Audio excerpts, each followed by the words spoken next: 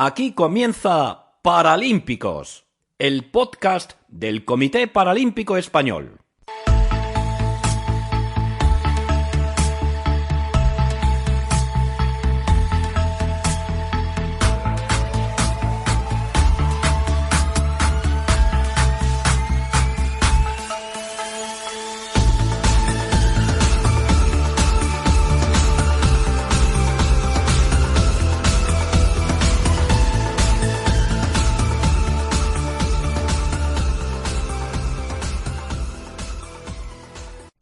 El otoño suele llegar en unas circunstancias en las que las hojas de los árboles empiezan a caerse y todo parece tener menos luz.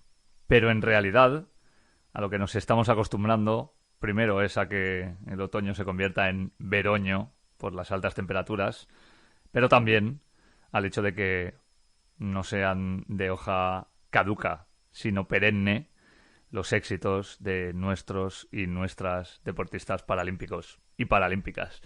Y lo contamos ya por 9º mes consecutivo, casi dando luz a un podcast que comenzaba hace apenas un año y que poco a poco va dando voz a aquellos y aquellas que normalmente la tienen, pero que seguramente no disponen del tiempo para poder hacerla transmitir a través de los micrófonos, de las ondas o ya casi de los teléfonos, que es donde se escuchan cualquiera de las propuestas de voz que tenemos al alcance de todos y de todas. Bienvenidos y bienvenidas a este podcast del Comité Paralímpico Español, donde siempre y sin excepción continuamos contando qué es lo que pasa en el día a día, pero también descubriendo qué es lo que hay más allá.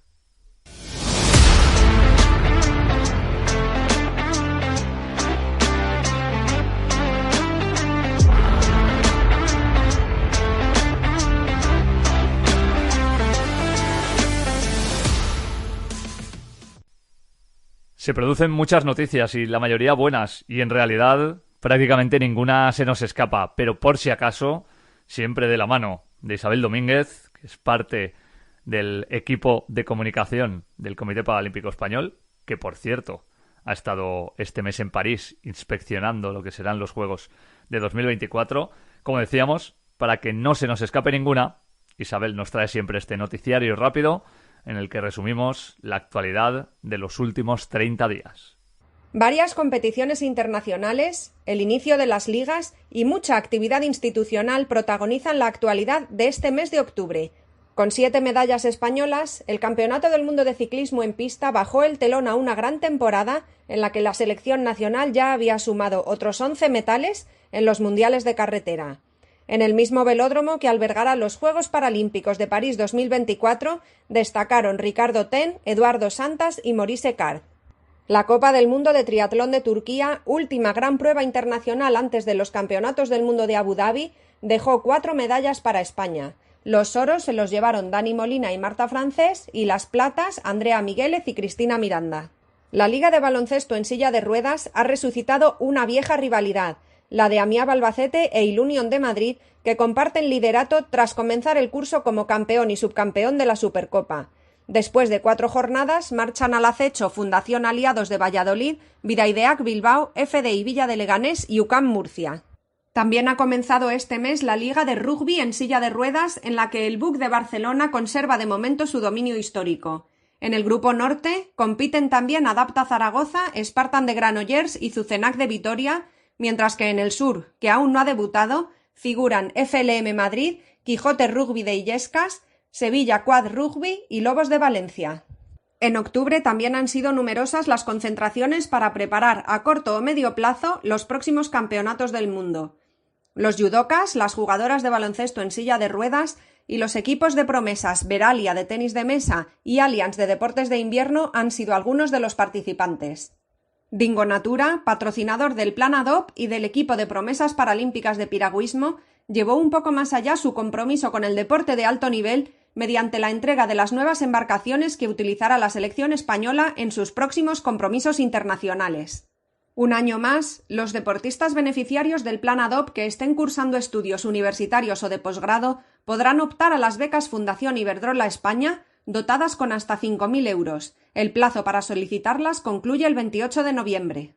Y el deporte paralímpico tampoco ha dejado de recibir reconocimientos este mes de octubre. Inés Rosado, piloto de tándem de 12 años y miembro del equipo de promesas Cofidis, recogió el Premio Nacional de Juventud del INJUVE. Además, la atleta Sara Martínez y el Comité Paralímpico Español fueron galardonados con sendos 7 estrellas del deporte de la Comunidad de Madrid. Ya sabéis que normalmente, al margen de lo que nos cuenta Isabel, siempre destacamos una noticia que ha sobrevenido por encima de las demás. Por especial, básicamente, no porque sea mejor o peor que las otras. Y es que nos hemos encontrado con un premio que no por inesperado deja de ser emocionante. Primero, porque pone en valor lo que muchos patrocinadores están empezando a vislumbrar en el comité, que es el hecho de apoyar a las promesas, en este caso por parte de Cofidis, y también que esa cantera paralímpica que muchas veces hemos pedido que sea un poco mayor, simplemente porque los niños o las niñas, o sus padres y sus madres, se atrevan a dejarles hacer deporte, empieza a dar unos frutos preciosos. No vamos a escuchar una declaración larga, pero es bastante razonable saber que una niña de 12 años nos ha contado esto de esta manera. ¿Quién es? Pues la premiada por el Instituto Nacional de la Juventud en categoría de deporte.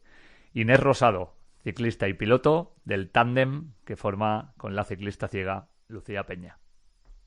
El haber sido premiada por el Instituto de la Juventud a Deporte es un orgullo para mí, ya que están reconociendo mi mérito, valor y solidaridad. Aunque el premio lo recibiera yo, es un premio compartido con Lucía, que nos hace muchísima ilusión y que esperamos que la iniciativa sirva de ejemplo para muchos niños más. Seguimos transitando por los despachos del Departamento de Comunicación del Comité Paralímpico Español, en este caso con Israel Íñiguez. Ya sabéis que nos gusta dar voz a los y las deportistas, pero no solo por los méritos o por los entrenamientos diarios, sino también por su doble vida, por lo que hacen algunos y algunas porque quieren hacerlo y otros y otras simplemente porque es su profesión o su doble profesión, más allá de ser atletas. Así que cada mes descubrimos cuál es la otra cara de la moneda de las personas a las que vemos competir habitualmente en grandes citas, pero que sin embargo en el día a día también tienen otro tipo de entrenamiento que no tiene que ver con el físico. Vamos a ver a quién nos descubre Isra este mes. Hola, ¿qué tal, David? ¿Cómo estás? Muy buenas. Hoy nos visita en esta sección una atleta que tiene una historia personal humana extraordinaria y que, bueno, pues en los pasados Juegos de Tokio consiguió llegar a lo que, bueno, cualquier deportista sueña cuando empieza, y es colgarse una medalla en unos Juegos. Se trata de Miriam Martínez. Miriam, ¿qué tal? ¿Cómo estás? Hola, ¿qué tal? Buenos días. Genial, la verdad que estoy súper a gusto aquí contigo. Muy bien, me alegro y nos alegra que estés con nosotros en esta sección, que ya sabes que hablamos de la parte deportiva y también de la extradeportiva, donde tú tienes mucho que contarnos. Pero antes de entrar en esa fase extradeportiva, quiero que nos cuentes un poco las sensaciones de lo que es llegar a lo más alto que puede llegar un deportista, y es decir, estar en un podio en unos Juegos Paralímpicos como fueron los de Tokio.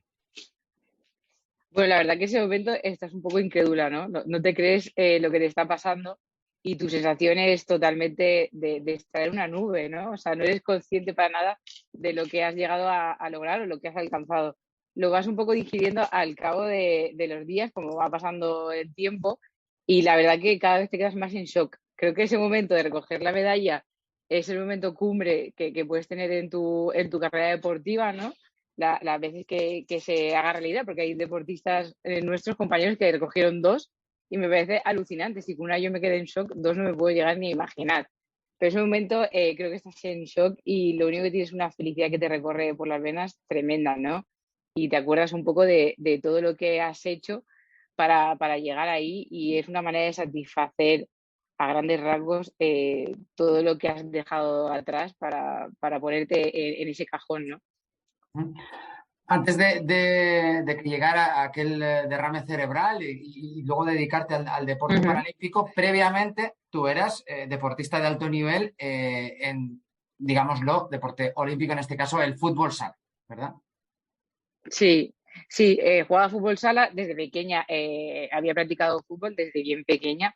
Mi madre ya de pequeña me mataba cuando mataba sus macetas a golpes y llegaba llena de moretones, pero bueno, a mí me encantaba, es algo que siempre he tenido en mi vida.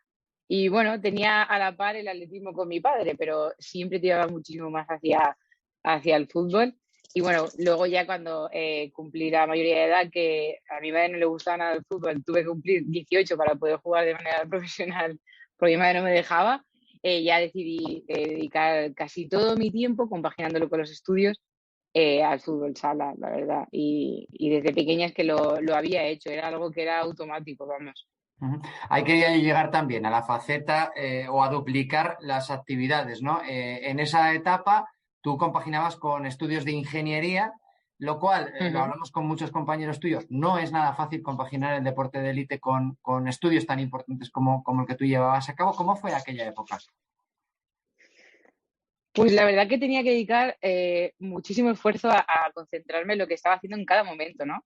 Y tenía que priorizar en lo que realizaba en cada hora, ¿no? Tenía que organizarme muy, muy, muy bien y saber, sobre todo, definir mis objetivos y preguntarme cada mañana qué es lo que quería, ¿no? Para continuar, porque si no, es verdad que es muy difícil llegar a compaginarlo y sobre todo que salga bien a veces, ¿no? A veces te metes en tantos jardines que dices, ¿cómo salgo de esta?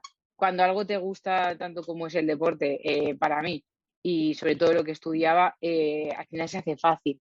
Cuando algo le dedicas pasión, dedicas todo tu tiempo y concentración, ¿no? Que me parece lo más importante, que te concentres en lo que estás haciendo en cada momento. Y al final yo era consciente que tenía que dedicarle mi máxima atención y poner ahí el foco, ¿no? Y cuando estaba estudiando y no había nada más y cuando estaba entrenando no había otra cosa que entrenar y sacar el máximo rendimiento. Así que ese dualismo lo llevaba bastante bien, la verdad. Ujú. Luego acabas ingeniería de la edificación, que creo que se llama así, si no me equivoco, y comienzas a Sí, trabajar, creo que es en el 2014. sí, empiezo a trabajar para un grupo que se dedica a materiales de construcción y bueno, empiezo siendo junior, que se llama, y un joven talento, y empiezo a ir escalando dentro de la empresa, ¿no? Porque te da esa oportunidad de ir poco a poco. Y bueno, como me ha enseñado el deporte, en este caso el fútbol desde pequeña, hay que empezar siempre desde lo más bajito para llegar a subir a lo más alto, ¿no? Como pasó en Tokio. Y bueno, creo que toda mi vida siempre he ido eso, escalando y ganándome las cosas con sacrificio y con esfuerzo. Y bueno, al final acabé siendo jefa de una sección muy importante dentro de ese grupo, de esa empresa, y me costó bastante esfuerzo porque eran muchas horas las que tenía que dedicar Mm. y no solo era mi atención ya, sino que era casi todo mi tiempo. Al final, mi empresa al final me da una oportunidad muy grande que era llegar a lo más alto, pero llegar a lo más alto tiene un sacrificio muy, muy, muy grande. Y en este caso tuve que ir dejando poco a poco ya el fútbol sala porque era casi imposible de compaginar al final. Cuando quieres abarcar tanto, tienes que decidir y bueno, al final me tocó decidir darle muchísimo más tiempo a mi trabajo. Ujú. El deporte siempre ha copado tu vida, siempre ha estado presente, ¿no? Incluso cuando tienes el Ujú. famoso derrame, donde ahora nos contarás, tienes una experiencia increíble en cuanto a lo que fue tu recuperación, vinculado también al deporte.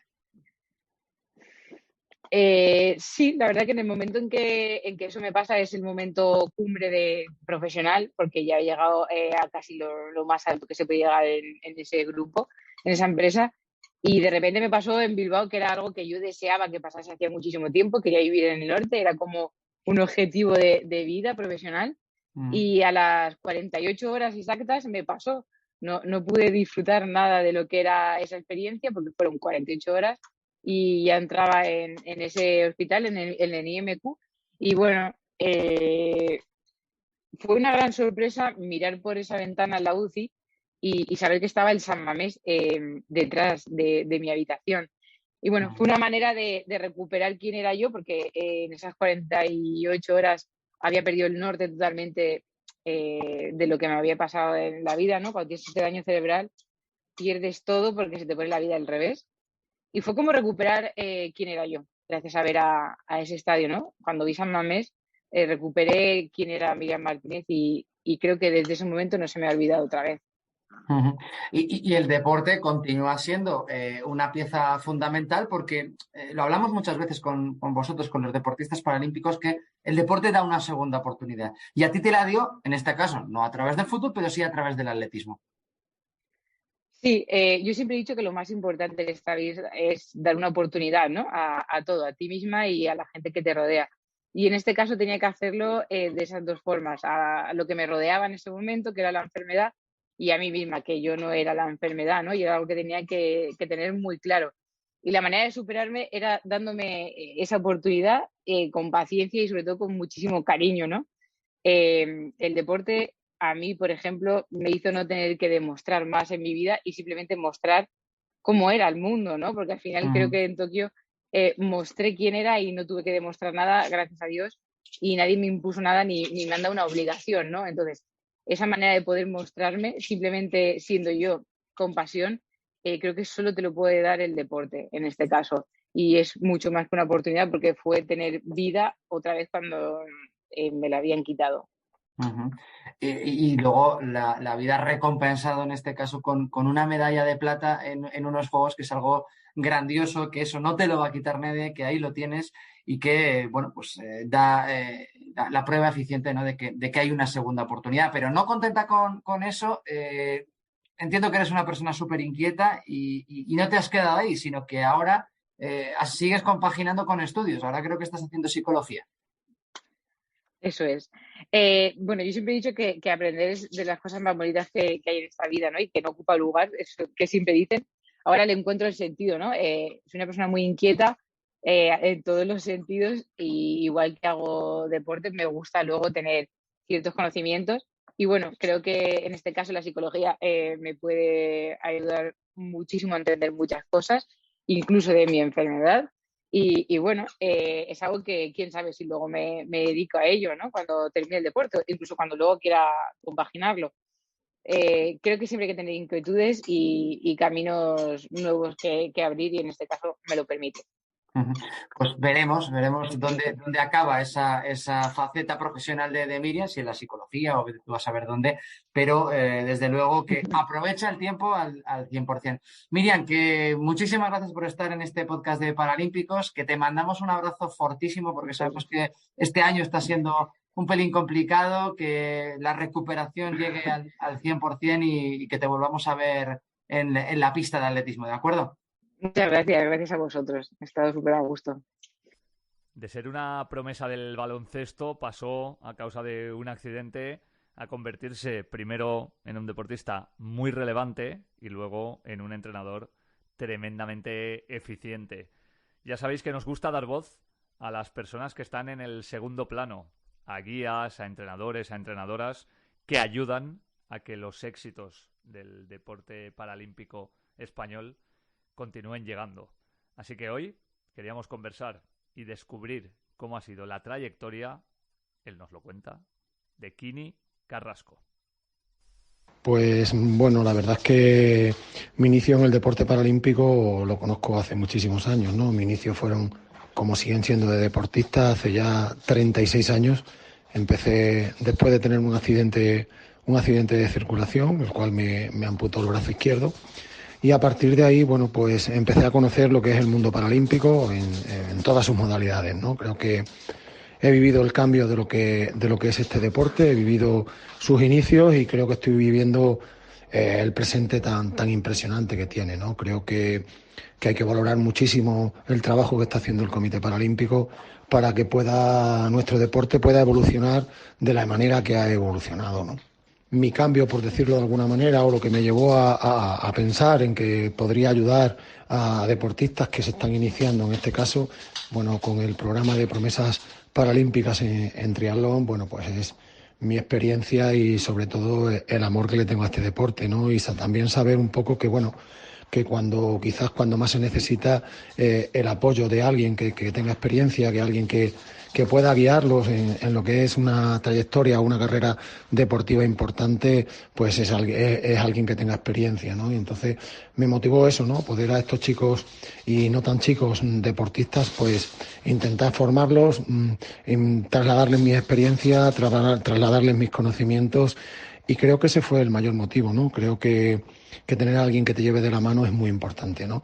Y en este caso, bueno, pues en un proyecto tan bonito, avalado por mi federación, la Federación Española de Triatlón, la cual fue la primera que me ofrece este programa y después respaldado por el Comité Paralímpico, creo que no tenía dudas, ¿no? De que tenía que trabajar por ellos y espero y puedo que sea durante muchísimo tiempo, ¿no? Porque es lo que te digo, creo que llevo deporte paralímpico en las venas y la experiencia siempre dicen que es un grado, los conocimientos y bueno, pues intentar trasladarle esos conocimientos a todo el que se inicia, creo que es muy importante, ¿no? Y bueno, pues eso, y a la disposición de todo el que lo necesite.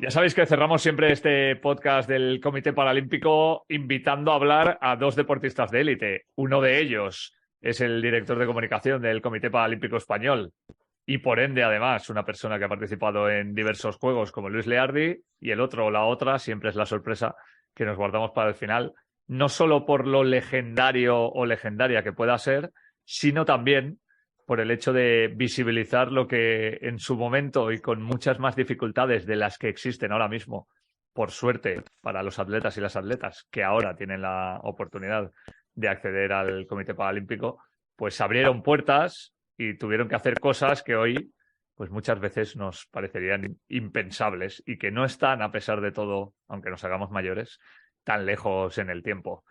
Don Luis Leardi, muy buenas, ¿cómo está usted? Hola, ¿qué tal, David? Pues hoy vamos a hablar de un deporte que no hemos tocado todavía y es la boxea, un deporte de parálisis cerebral principalmente, y vamos a hablar de este deporte con Álvaro Galán, a quien ya saludamos. Álvaro, ¿qué tal? Hola, muy buenas. ¿Qué tal, amigos? ¿Cómo estáis? Pues como decía, la boxea es un deporte paralímpico desde 1984, desde los Juegos de Nueva York, y es uno de los deportes bandera de la Federación de Deportes de Personas con Parálisis Cerebral. Siempre para que el gran público lo entienda, hablamos de que la boxea es una especie de petanca. No sé si a los jugadores les gusta esta comparación, pero para que lo entienda la gente yo creo que es muy gráfico, y se practica por personas con una movilidad muy, muy reducida. Son en su mayoría parálisis cerebral, aunque también hay grandes discapacidades físicas, y necesitan, por tanto, personal de apoyo para entrenar, para competir, para viajar, bueno, para vivir muchas veces, ¿no? Incluso, para que se haga una idea de la gente, hay una categoría en la que los deportistas tienen la movilidad tan reducida que precisan de una canaleta para poder hacer los lanzamientos. Es un deporte que los que lo hemos vivido en los Juegos Paralímpicos podemos decir que enganchan. Pues es uno de los deportes que más intrínsecamente se consideran como paralímpicos, que mejor reflejan, a mi entender, los ideales del deporte paralímpico. Álvaro Galán fue paralímpico en los Juegos de Sydney 2000, donde logró una medalla con el equipo de BC1, BC2, una medalla de plata. Pues, bueno, ya dejó la competición y volvió a unos Juegos Paralímpicos en Pekín 2008 como seleccionador del equipo de boxea. Hay jugadores a lo mejor con currículums mejores, pero hemos querido destacar de Álvaro sobre todo su capacidad de comunicar, que ahora lo vais a poder ver. Álvaro, ¿cómo fueron tus inicios en la boxea? Pues yo entré en la boxea como descarte del baloncesto en silla de ruedas. Como deporte más mediático, yo me enteré del baloncesto en silla de ruedas, quise ir a probar, pero claro, la coordinación no es lo mío y hacer tres cosas a la vez era como literalmente imposible. Y un compañero mío de cole me dijo, oye, ¿por qué no pruebas esto de la bocha?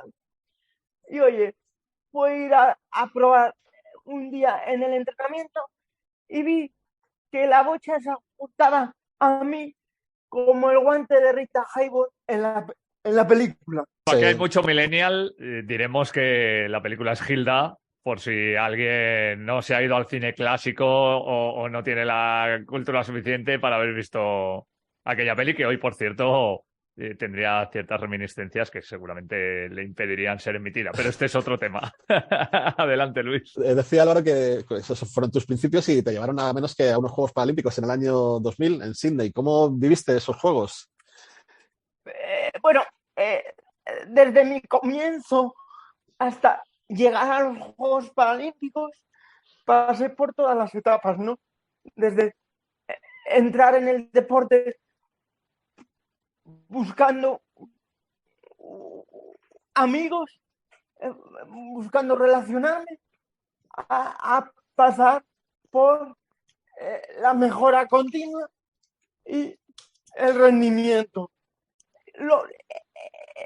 Lo que más me gusta del recuerdo, o me gusta recordar de los Juegos Paralímpicos de Sydney, fue, sin lugar a dudas, el poder convivir con deportistas de todos los países y con deportistas de todas las modalidades, a los que admiraba y a los que aprendí a seguir y admirar el doble por su rendimiento deportivo o por su trayectoria vital en países como Irán, China o Estados Unidos.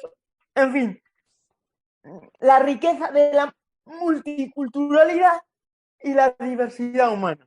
En el deporte paralímpico es importante pues todo lo que rodea al deportista por aquello de las necesidades que tienen los deportistas, y en el caso de la boxea, porque estamos hablando de personas dependientes en la vida diaria, pues tienen una dependencia también muy grande a la hora de hacer deporte, de competir, de viajar. ¿Cómo destacarías tú esa figura del personal de apoyo en un deporte como la boxea? Es muy importante. Es tan importante como que el personal o la persona de apoyo a la vida diaria es parte del equipo de trabajo, con lo cual no solamente hay que trabajar coordinadamente con entrenadores de boxea, con los fisios, sino también con este colectivo. Con lo cual, si algo aprendí en mi etapa de seleccionador, es a gestionar un equipo humano multidisciplinar y que cada uno tenía sus objetivos, su motivación, y había que ponerlas al servicio de todos. Además eres psicólogo de profesión, ¿verdad? Sí. Y bueno, también te has dedicado al movimiento asociativo de la discapacidad, tanto en el deporte como en el de la discapacidad en general. Fuiste responsable o tuviste responsabilidades en la Federación Madrileña de Deportes de Personas con Parálisis Cerebral y también en ASPACE, creo recordar. Y bueno, desde hace unos años estás trabajando en la Fundación 11. ¿Qué crees que aportas en este ámbito del movimiento asociativo? En diferentes ocasiones he aportado una nueva forma de activismo, una nueva forma de entender el modelo de discapacidad. En España, en el inconsciente colectivo todavía está esa triada de deficiencia, discapacidad y minusvalía. Todavía en España se pone mucho el foco en las características de la persona, es decir, en la deficiencia, y siempre se pasa por alto el entorno.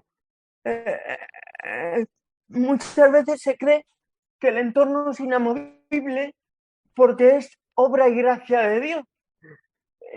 Y muy pocas personas se paran a reflexionar que si cambia una escalera por una rampa podemos pasar todos. Y cuando me ponen, no, es que claro, es que una rampa requiere más espacio. Entonces yo sarcásticamente les digo, vale, pues a los arquitectos de hoy en día que les enseñen a economizar espacio y en vez de escaleras hagan rocódromos para subir de un piso a otro, y el constructor gana más dinero porque hay más metros cuadrados habitables. en esa lucha diaria es en la que estás, y también hay una faceta que me gusta mucho destacar de Álvaro, y es la de conferenciante. Recomiendo a cualquiera que asista a una de sus charlas, que las cuales hace pues, individualmente, pero también como parte del proyecto Trainers Paralímpicos de la Fundación ONCE, el Consejo Superior de Deportes y el propio Comité Paralímpico, en el que bueno, vais dando lecciones de vida, ¿no? Allá donde vais. Compartimos, más que dar lecciones, Correcto. compartimos experiencias, compartimos aprendizajes invitamos a las personas que asisten a nuestras conferencias a reflexionar y a relativizar un poco sobre la vida para que las empresas, los coles, empiecen a entender la sostenibilidad con sus tres patas. Además de ser bueno para el medio ambiente, además de ser económico, debe ser ético. No se puede hablar de una sociedad sostenible si no hay valores como la inclusión detrás de ello. Álvaro, como psicólogo, y tú lo has vivido también, porque como persona con discapacidad en España ya has relatado qué es lo que prácticamente a diario os encontráis a nivel de dificultades, incluso conversacionales. El hecho de que la salud mental se haya puesto en un primer plano de un tiempo a esta parte en el deporte, pero luego el hecho de que haya una doble carga de salud mental simplemente por tener que vivir con una discapacidad, ¿cómo está haciendo que el mensaje cale un poco más en la sociedad, teniendo en cuenta todos los años que llevas peleando? Bueno, poco a poco. Es decir, yo creo que uno de los problemas que tenemos en la sociedad occidental y por tanto en la española es que nadie, ni en el sistema educativo, ni en la familia, porque no tienen tiempo, nos enseñan estrategias para sobrellevar o afrontar el sufrimiento. Entonces, todo el mundo, cuando empieza a empatizar con algún colectivo vulnerable o cuando tenemos un amigo en una situación de problemas, en el momento que empezamos a empatizar, empezamos a experimentar como una aspirina efervescente, un subido de emociones que nos llevan a comportarnos de dos maneras: o como Superman e intentar bombardearle la cabeza de posibles soluciones, o mirar para otro lado como si el problema no existiera.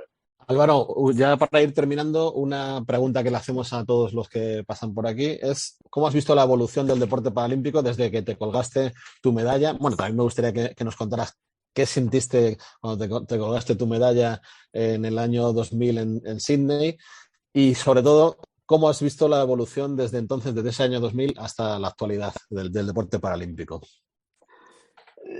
La evolución que he visto en el deporte paralímpico ha sido muy, muy positiva en cuanto a la repercusión en los medios de comunicación y, por tanto, en el conocimiento un poco de la ciudadanía sobre los distintos deportes. Este trabajo ha sido impresionante y los resultados los estamos viendo. Y sobre lo que sentí cuando gané mi medalla fue, pues, al principio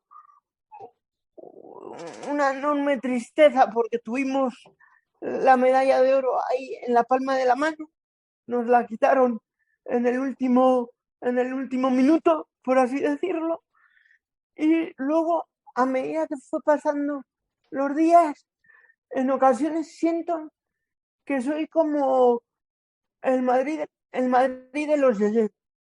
No he podido rentabilizar mejor una medalla de plata ni en mis mejores sueños. Y con el tiempo se da uno cuenta de lo muchísimo que supone una medalla de plata en unos Juegos Paralímpicos. Al final, otra de las lecciones de vida es esa, que puede ganar uno y el resto pueden llegar, y de los que llegan el resto se quedan fuera, y cada vez la pirámide es más ancha por abajo y más estrecha por arriba. Ya estar en unos Juegos es el sueño de muchísima gente, poder estar peleando por medallas el de muchísima gente más, y sin embargo pueden llegar muy pocas personas, y al final conseguir una medalla de oro, de plata o de bronce pues está al alcance de muy poca gente, y alguna de ellas, prácticamente toda, estamos teniendo la suerte de tenerla presente en este podcast del Comité Paralímpico.